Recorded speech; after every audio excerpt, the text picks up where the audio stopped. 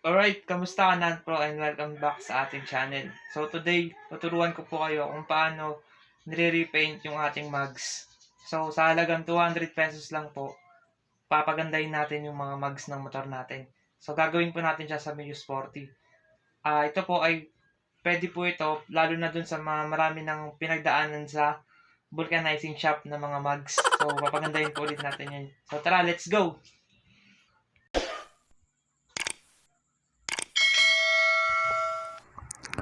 Alright mga boss, so ito na yung ating mugs. So ayan, unang step natin dito, lilihain natin siya gamit ang 400. So makakabili kayo nito sa mga hardware at syempre sa bilihan din ng pintura, meron din kayo nitong mabibili. So, anin muna natin siya. Hahatiin muna natin yung ating liha.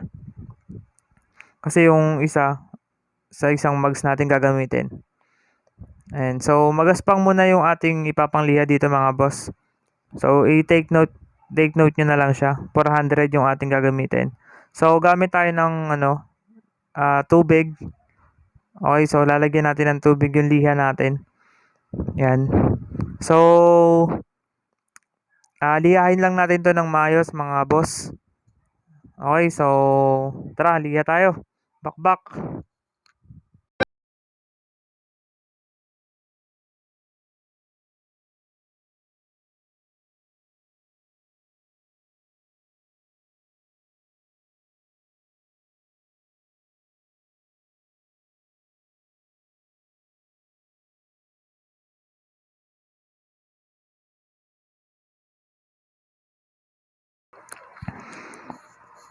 So alright mga boss, kakatapos lang natin siyang lihain ng 400. So banlawan natin siya ng tubig mga boss. Yan, mapapansin nyo po na nag-fade na po yung kulay niya. Ayan po. Kita nyo po yung pagkaliha sa kanya. So, huwag nyo po siyang madaliin mga boss. Yung pagliha para pulido po yung gawa natin.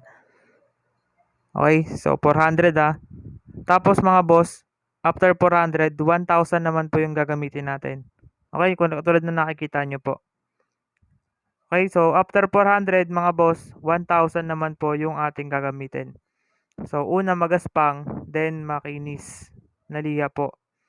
So makakatulong to mga boss para matanggal yung mga sira-sirang mugs natin, yung mga parang may mga bitak-bitak. So makakatulong itong paglilihan natin para pulido at syempre para kumapit yung pintura natin, no, na ikakabit. So, kaya importante na maayos ang ating pagliliha. So, ililihain lang natin 'tong mga boss ng 1,000 katulad ng ginawa natin kanina. So, ayan, babakbakin ko muna 'to mga boss. Okay, so let's go.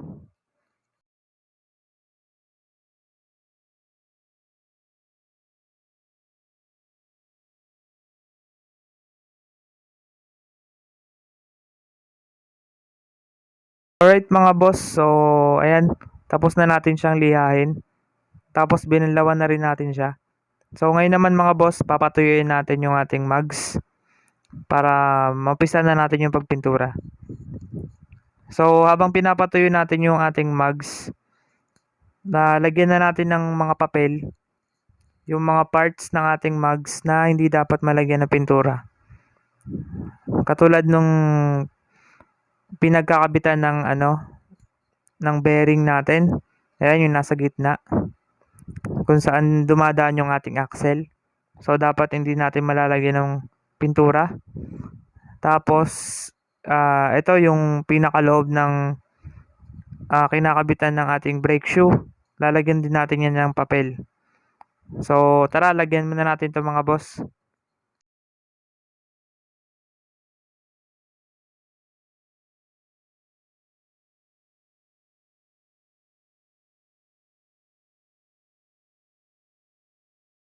So tapos na natin lagyan ng papel yung mga parts na hindi dapat malagyan ng pintura. Ngayon naman mga boss, gagamit naman tayo ng baraha para isalansan dito sa gilid ng ating mugs para hindi malagyan ng pintura ang ating mga gulong. So, mas effective ito kaysa baklasin nyo yung gulong tapos ipapakabit nyo na naman siya. So, gagastos, babayad na naman. So, ito, bibili lang tayo ng baraha mga boss para maiwasan na natin yung matrabahong gawa, yung papabaklas, tapos papabalik na naman. So, ito mga boss, di na natin kailangan baklasin. So, lalagyan lang natin ng baraha yung gilid. Okay, so, kasi guys, kapag pinabaklas nyo yung gulong, tapos papabalik nyo na naman, so, pwedeng magka-damage na naman yung ating mug. Sayang naman, di ba? Kakapintura lang natin. Kaya ito yung ating gagawing paraan para dito. So, nasa sa inyo na yun mga boss kung gagayahin nyo ako or hindi. So, lagyan muna natin to ng baraha mga boss. Isasalansan ko muna to. So, tara, bakbakin muna natin to. Let's go!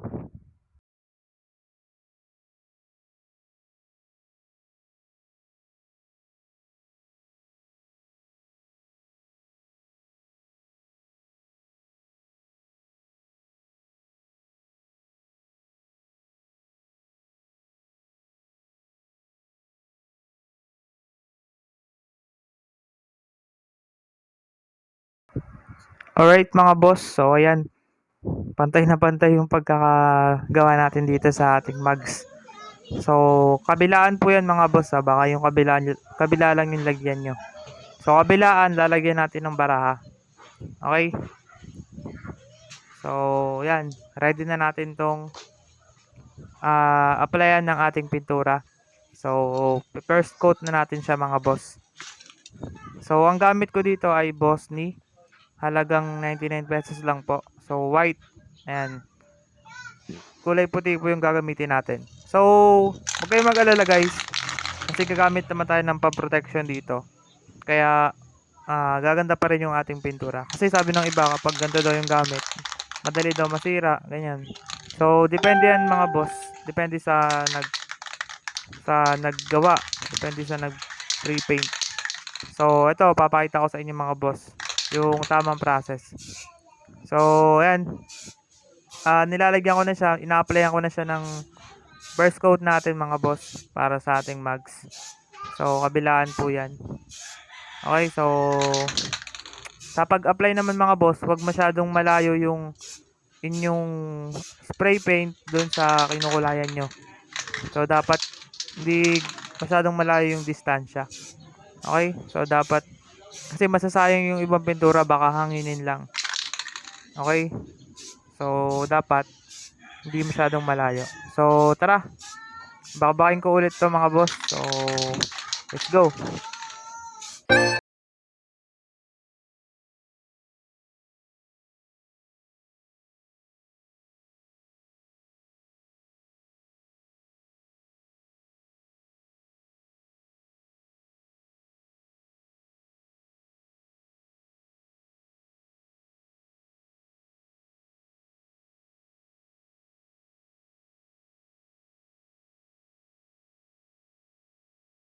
Alright mga boss, so ito na yung ating first coat na ginawa.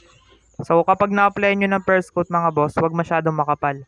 Okay, so kahit manipis, okay lang yan. So, pagkatapos nyan, patuyuin muna natin siya ng mga 20 minutes or 30 minutes. Depende sa inyo kung gaano katagal nyo siya papatuyuin. So, ayan na mga boss, napatuyo na natin siya ng mga 30 minutes. Ngayon, a-applyan ko na siya ng second coat. So, yung pagpapatuyo mga boss, pwedeng kahit isang oras, pwede yun. Basta depende sa inyo. Pero ako mga boss, nasa 40 minutes ko siguro siya pinatuyo bago ko a-applyan ulit ng second coat. Okay? So, 30 minutes or 40 minutes yung ating time interval para sa pag-apply ng ating pintura. So, ito second coat yung ginagawa natin mga boss. So, okay. So, applyan ko muna ng second coat to mga boss. Maya na lang ulit. Bakbak.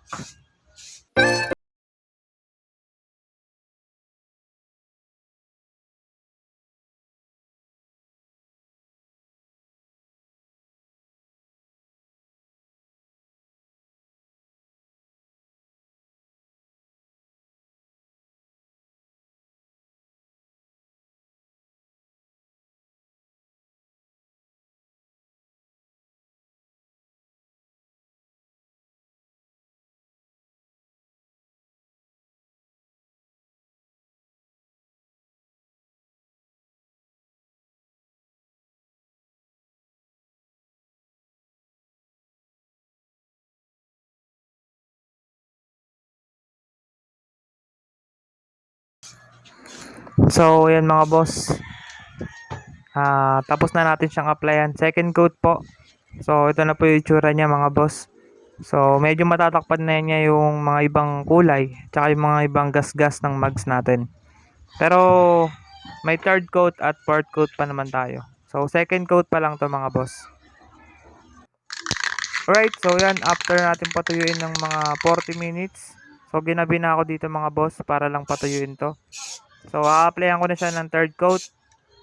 Okay, so matagal ko siya pinapatuyo mga boss, siguro mga 1 oras. Pero ang standard kahit mga 30 to 40 minutes, pwede na 'yon.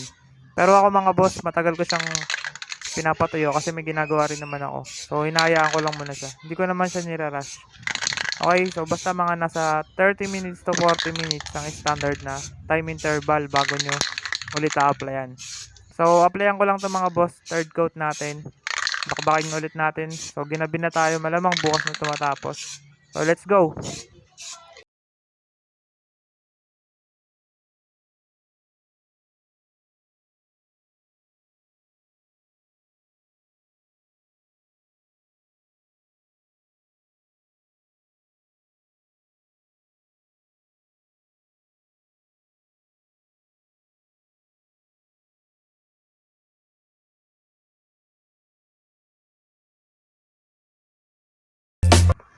Alright mga boss. So natapos na natin siyang applyan ng third coat at fourth coat. Ang pinaka last step ay gagamit tayo ng clear para sa ating mugs. So hindi ko na napakita sa video yung pag-apply ko ng pang fourth coating. So ganun lang naman din yung process kung paano ko siya ina-applyan. Okay? So after nyo So pwede pa nga pang 5 mga boss. Pwede pa 5 patong kung masatisfy na kayo sa kulay niya. Basta ang importante is papatuyuin nyo siya para hindi siya magbuo-buo. Okay? So 30 minutes to 40 minutes bago nyo siya applyan. So depende sa inyo kung gaano kaputi yung gusto nyo. So sa akin mga boss, sa pang-apat na pintura ko o coating, fourth coating ko. So satisfied na ako sa kulay niya mga boss. Okay? So kaya ito lalagyan na natin siya ng clear. So sa pag-apply ng clear, ganun din mga boss. Huwag nyo rin masyadong kapalan, patuyuin nyo rin muna bago nyo kapalan. Bago nyo applyan ulit. So mga 2 patong ng clear yung gagawin ko dito sa ating mugs. Okay? So siya yung magpoprotekta sa ating pintura sa mga gasolina at sa mga bato na tatama sa ating mugs. Okay? So yan, tara, applyan na natin mga boss. Let's go!